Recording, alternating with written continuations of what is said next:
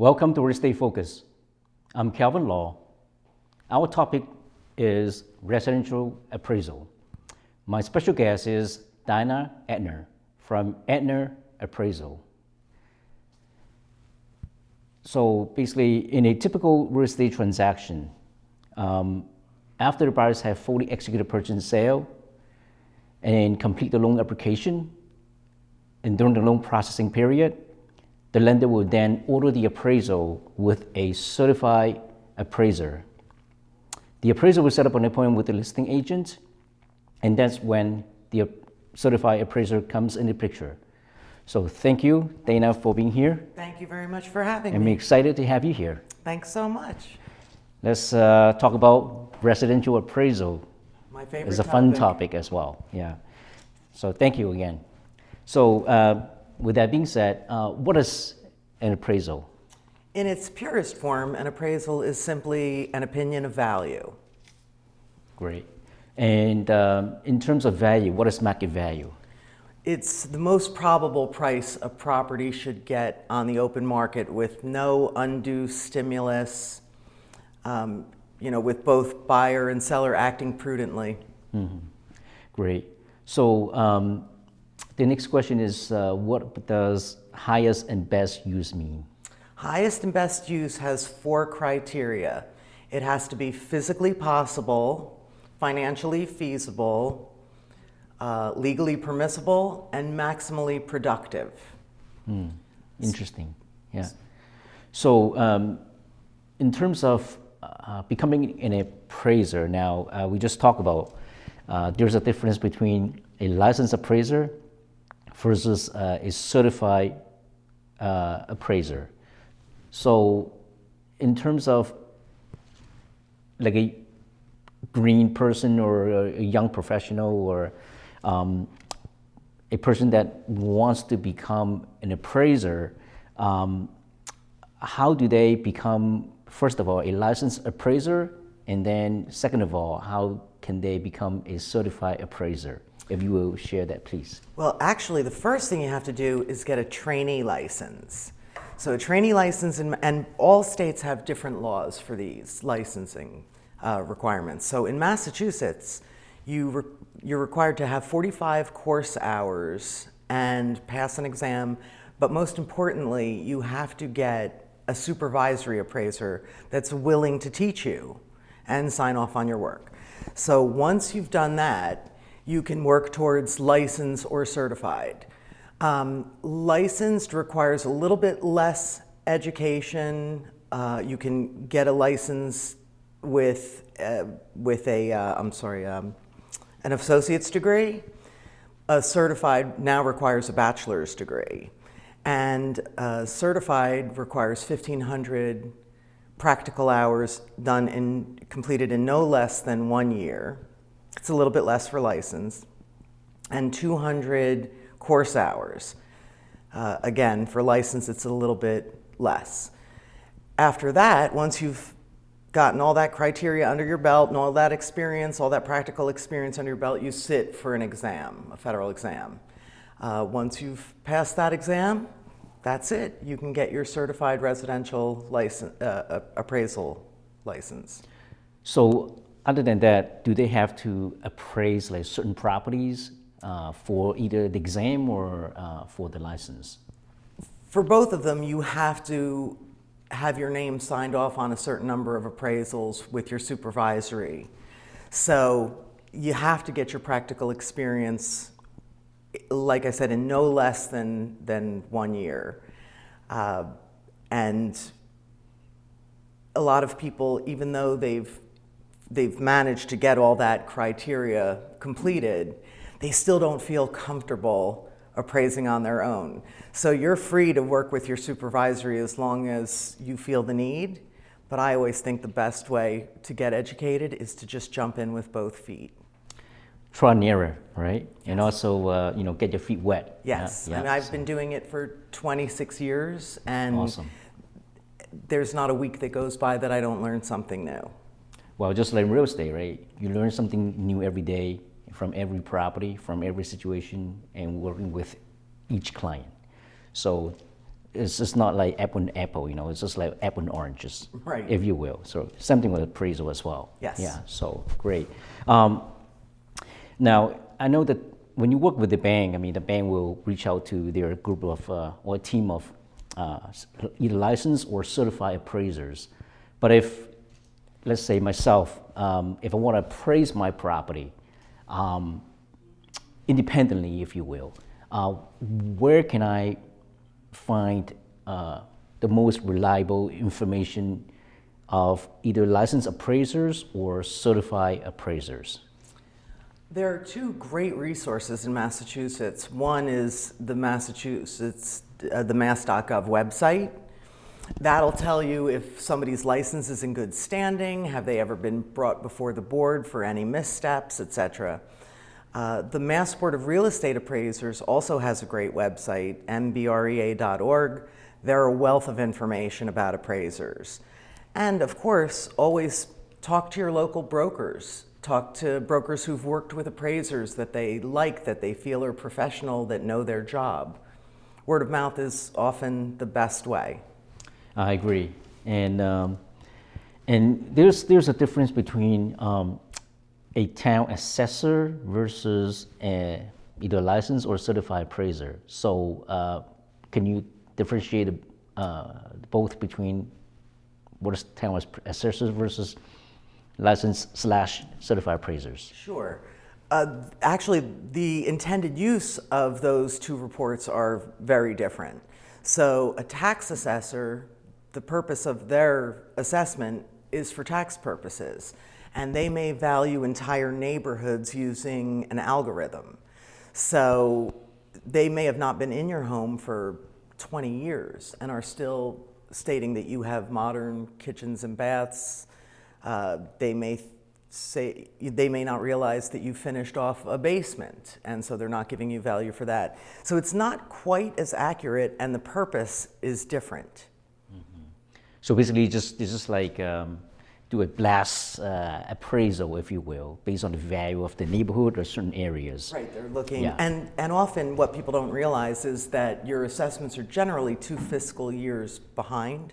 So if let's say you think you're overassessed because properties in your immediate neighborhood are selling for less than what you're currently assessed for, they may be using sales from 2 years prior, and those sales might have been higher.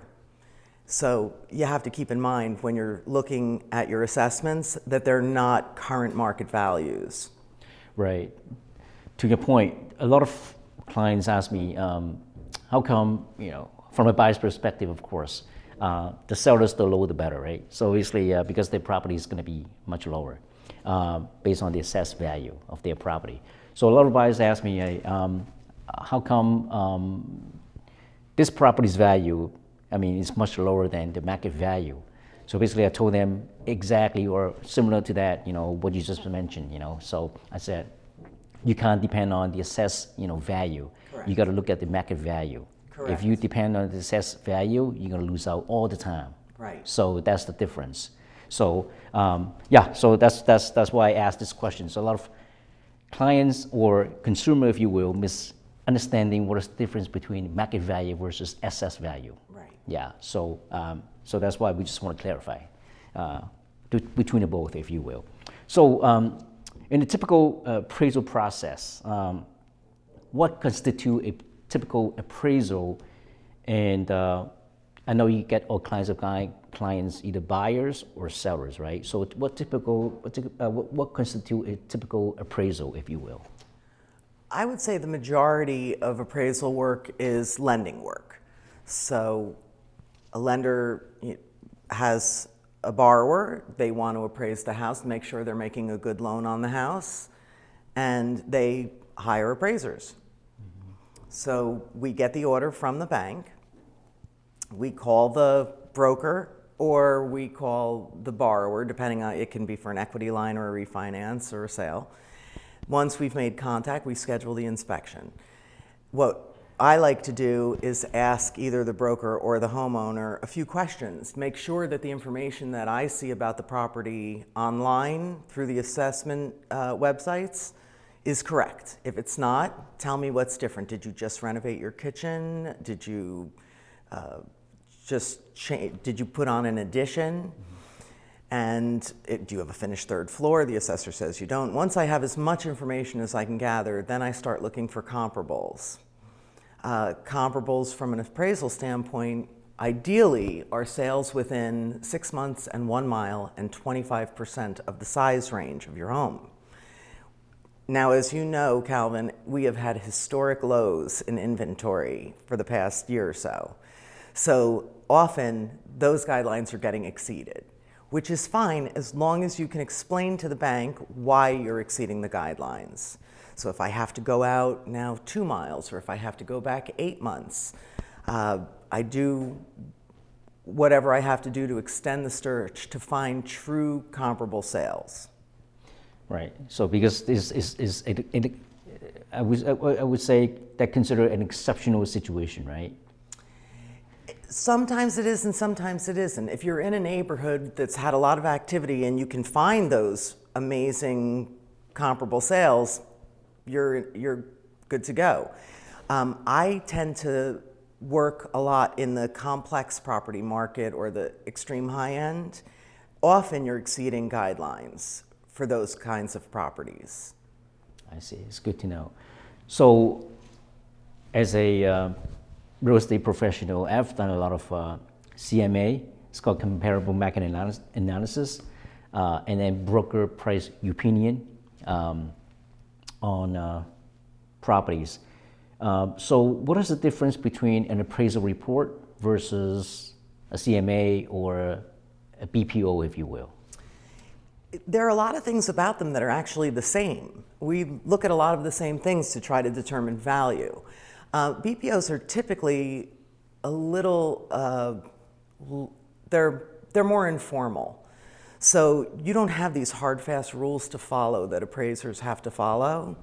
And my experience has always been that if a homeowner has a BPO, that's at one value, and my value is around that, we're usually within 5 to 10% of each other. Sometimes I find that the broker's values are a little bit higher than mine, but mine is based on what I can support with factual data. I see. So, so I know that certain formulas that you use to appraise a property, versus like a real estate professional who might not have the formula that you use to appraise the CMA, if you will. So, yeah, so that's why sometimes I reach out to appraisers and then try to use their formulas and try to incorporate into the CMA to be more precise in terms of value-wise. So, that's what I've been doing. So, yeah.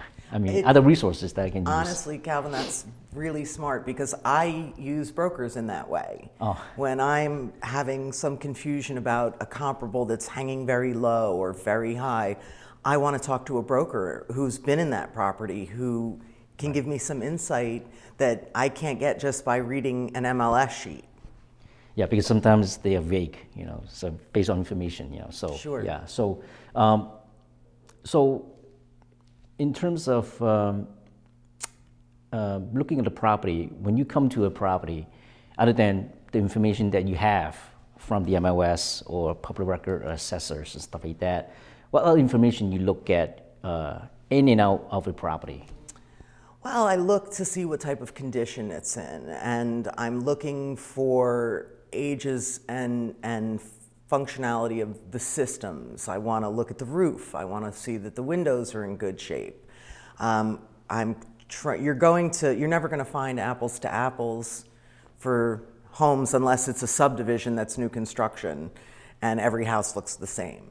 So I want to be able to compare what kind of condition is mine in compared to these other sales that I think, at least on paper, look like good sales. They're close by, they're recent, they're in the same size range, they all have the same bedroom count. So we're really looking at, what are the finishes like? Two homes can look beautiful next door to each other, but one sold for $500,000 more. You want to know why? It might just be that they have a bunch of additional features that the other home doesn't have. They have custom moldings and wainscoting and French doors and barn doors and transom windows and all those things. More bell whistles, right? Right, you take that into consideration when valuing a home. Right. But in its most basic form, you're looking for condition, you're looking for utility, how many bedrooms does it have, you're looking at exterior amenities, especially since the pandemic started, where we used to give, maybe $10,000 for an in-ground pool on a 3-bedroom, 2,500 square foot home. We may be giving them $50,000 now because those types of exterior amenities became really important during the pandemic. And the price and the cost of labor and prices are so expensive now. Yes, and waiting lists for those to have workmen put on, to do gorgeous stonework outside with patios and pools, and there's a waiting list now, 1 to 2 years. Yeah, no doubt. So basically, what the most important you look at, and basically, I think we might be on the same page with this. I usually look at the kitchen, the bath, right? So the heating system, and also the roof, the pool. Those are the important values to a property. Well, I think kitchens and baths are, if you're trying to get the most bang for your buck, kitchens and baths will get you the most value. I know that I've seen people spend a fortune finishing basement space, where the neighborhood might not command that dollar for dollar back on that kind of space. Mm-hmm. So if you're trying to get your money back on renovations, kitchens and baths are always a good bet. Mm-hmm. Right, I agree. I mean, that's what I look at too, when I look at a property and, do the CMA. So I look at, those major stuff that can add value and improve value. Because at the end of the day, when you represent a seller, they want to maximize, the value of their property. So that's what your goal is as a professional. And so those are the things that I look at. The next question is that during the appraisal process, can you speed up the appraisal process? Like if you can, if the lender say, hey, Dinah, I want 2 weeks, for you to complete the report instead of 1 week. I mean, can you expedite that? I wish lenders were giving us 2 weeks. They want things in a week. In a week, wow. We are. Or a few days, right? Yeah, ideally. Yeah. You can. One of the things that I'd like to impress upon people is when the appraiser calls to set the appointment, call them back quickly. I've had people who didn't call me back for days, or 2 appraisers were ordered because the loan amount was so large. So the first guy may have called an hour before I called, and when I called, they said, oh, well, we already set it up with somebody else. That's why we didn't call you back. But so I would say if you want to speed things up, definitely return the appraiser's call as soon as they make contact, and also when you talk to them, let them know if there's anything strange going on. Are you having construction done that the lender may not be aware of? I see. Communication is the key, just like everything else, right? So yeah. So what is market approach? Market approach? Yes. In terms of market value, I think we talk about different formulas of they use for. There are 3 approaches to value appraisal. that residential appraisers generally use, and the market approach is the sales comparison approach. So that's where we're looking at what's going on in the neighborhood or in the town for similar homes. What kind of trends are you seeing? Is there new construction competition in the neighborhood so that if your house is 15 years old, is that going to affect value? And so basically the sales comparison approach is interchangeable with the market approach. And in the appraisal report, how many properties that you usually use to appraise the subject property? You need at least a minimum of 3, but I typically use 5 to 6, especially in a market like this where you're exceeding some guidelines. Lenders have different rules for what they want. Some want you to include an under agreement and a listing. Some don't care about that. Some are fine with 3 appraisals. Other engagement letters from banks say we require a minimum of 5. So it really depends on who your client is. Right, I agree. And the next question is, what is cost approach? The cost approach is how much would it cost to build this property? So the cost approach for older homes isn't a very effective method. Often building materials become obsolete and you can't replace them with the same materials.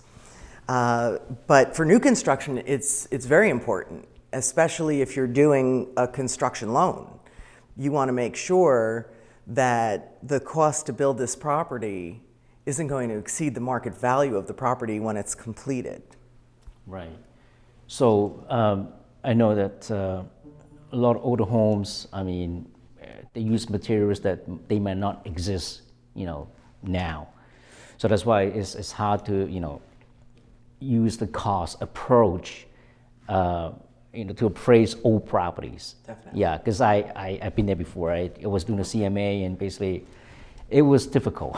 Yeah, you can have, Massachusetts is a fascinating place to appraise in because you can have a home built in 1686 Right. next to new construction. That's right. So there's It's a challenge. there's no set way. Right. Many years ago, I appraised in South Florida, and all the homes were concrete block construction, all had Spanish tile Stucco. roofs. Yeah. Yep, all stucco exterior, no basements. Yeah. It was simple. All the materials were the same. Right. But you don't have that in Massachusetts. That's right. So basically, I told my clients that, hey, look, this is what I appraise or recommended for market value, but hey, based on similar homes, let's put it on and see what happens. I mean, That's nothing's often set in stone, right? That's So, especially, I'm sure you've been seeing it like crazy over the last 2 years that everything is selling at or above ask, and do now. it's really tough to, I would imagine it's very tough to advise the seller right now. It does. So that's why we just put it on, and then we'll see what happens. Right. But of course with a backup plan. Yes. So what if? So we have to come up all those options to protect the clients, and that's what a professional is supposed to do. So Yes. and should do. So what is the income approach?